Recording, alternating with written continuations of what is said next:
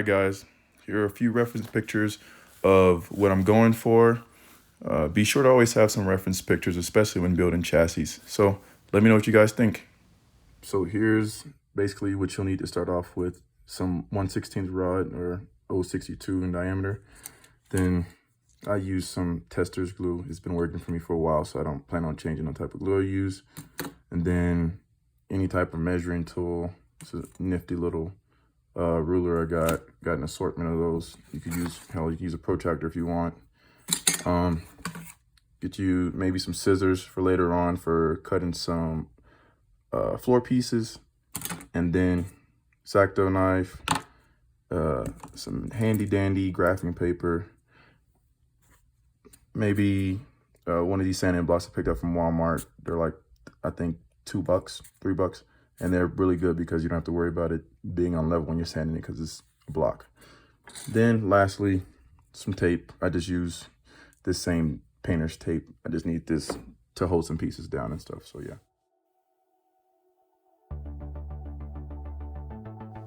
So here in these beginning parts, I'm just measuring the distance between the rocker panels and kind of getting an eye or an idea for where exactly I need to place my first few bars to make sure I have enough space to open the doors and the main hoop and everything else will fit snug without any problems. So yeah.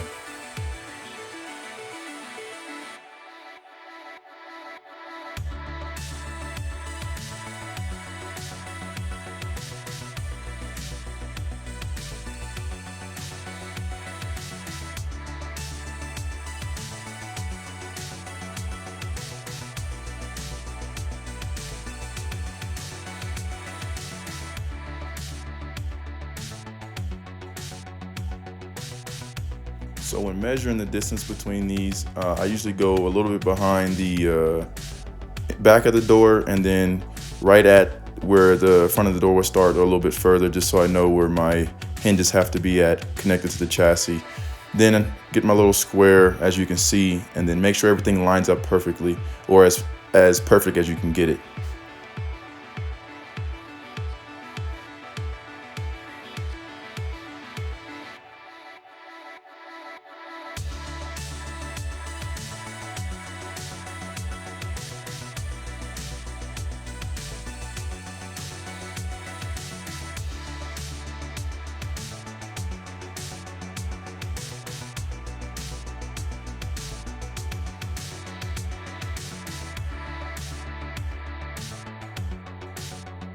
So I'm just putting in the number I got for the distance between the rocker panels, which was about 11 squares.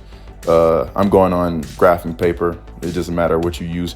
So I usually divide that number by 3, and so you get some number 3 and change. So I usually make the outer portions larger, meaning if it's 3, I increase it to about 3.5 or maybe even 4 on both sides. So that's 8, and then you still have an additional 3 squares to play with to make your double frame rail. That's how wide the double frame rail will be on your frame rail, going all the way down the car.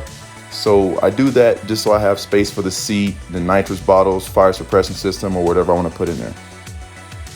Also be sure to mark your center line and your front fender well and your rear as well, just because your control arms, your strut tower, or your strut cups, or whatever you're doing, are going to go right directly in the center of that, because that's where the hub's going to be, where your wheel's going to sit. Make sure you mark that on the paper, just so you know if you're going to make your control arms, or if you're using stock front suspension, that it's going to line up right in the middle, because if not, you're going to cause some real fitment issue problems.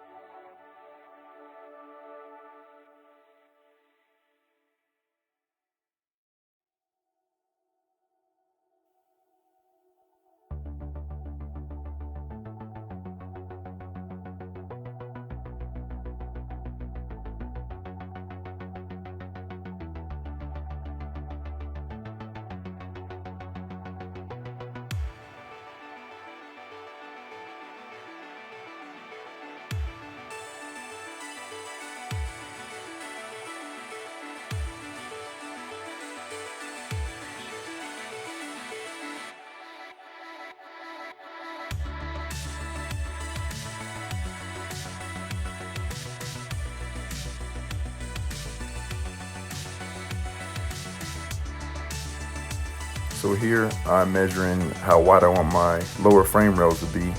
And so basically I want it to span a little bit less than the width of the block, because if you have it too wide, then your upper frame rails and everything's gonna look a little bit weird. And when you have your headers made, it's gonna sit inside the frame rail, and I don't really want that. I want it to sit outside of it like it's supposed to. So make sure you have your measurements how you want them and have a visual of what you want it to look like at the end.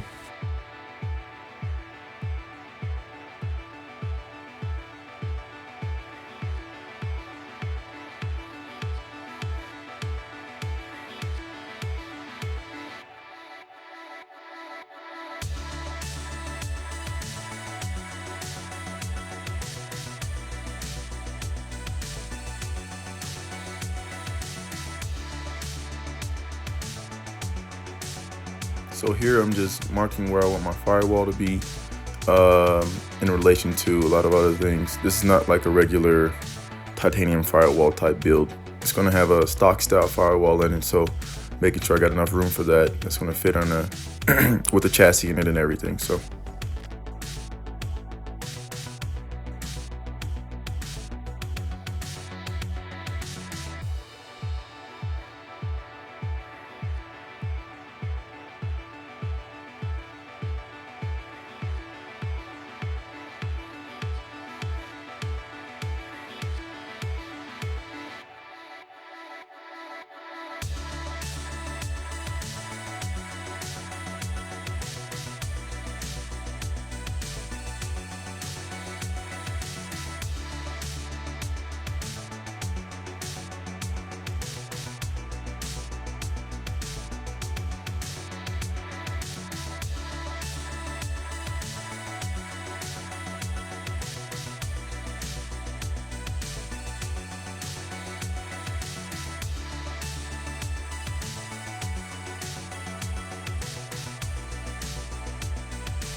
right now I'm marking my inner bars.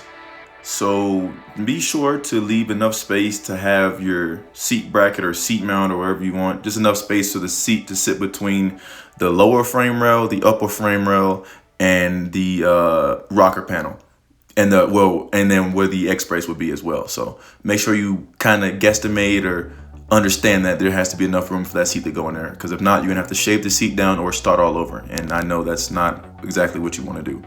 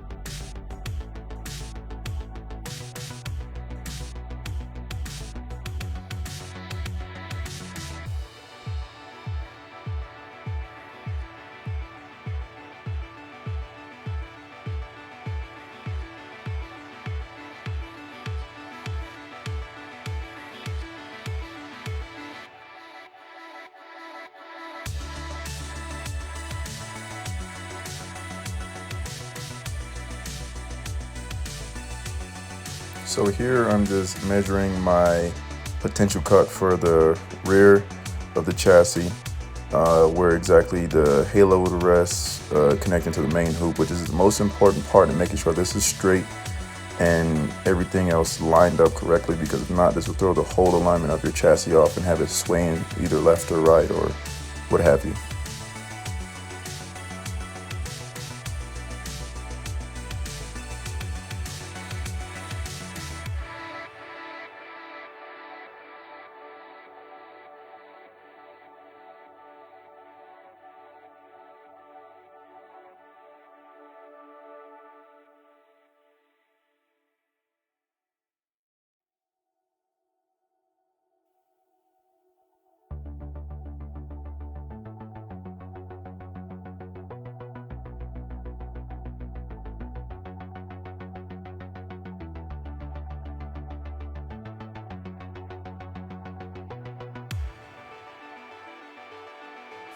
So here I'm just making my marks of where I want the lower frame rail to sit against the rear bar. So when I was mentioning those measurements earlier, make sure you have those on your actual jig paper or whatever you want to call it, so you know where it's going to line up.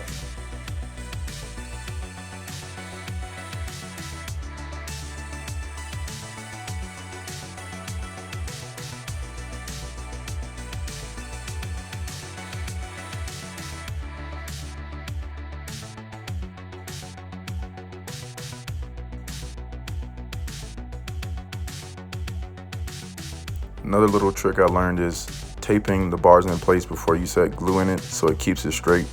Like an actual jig table would have some cylinders that sits between the actual frame rail pieces or pieces of rod, etc., the tubing that they use for the actual cars. And this keeps it in place and makes sure it doesn't move, so you can actually make your measurements, mock it up, and keep moving it back and forth without having to worry that it's off a little bit to the right or to the left or whatever.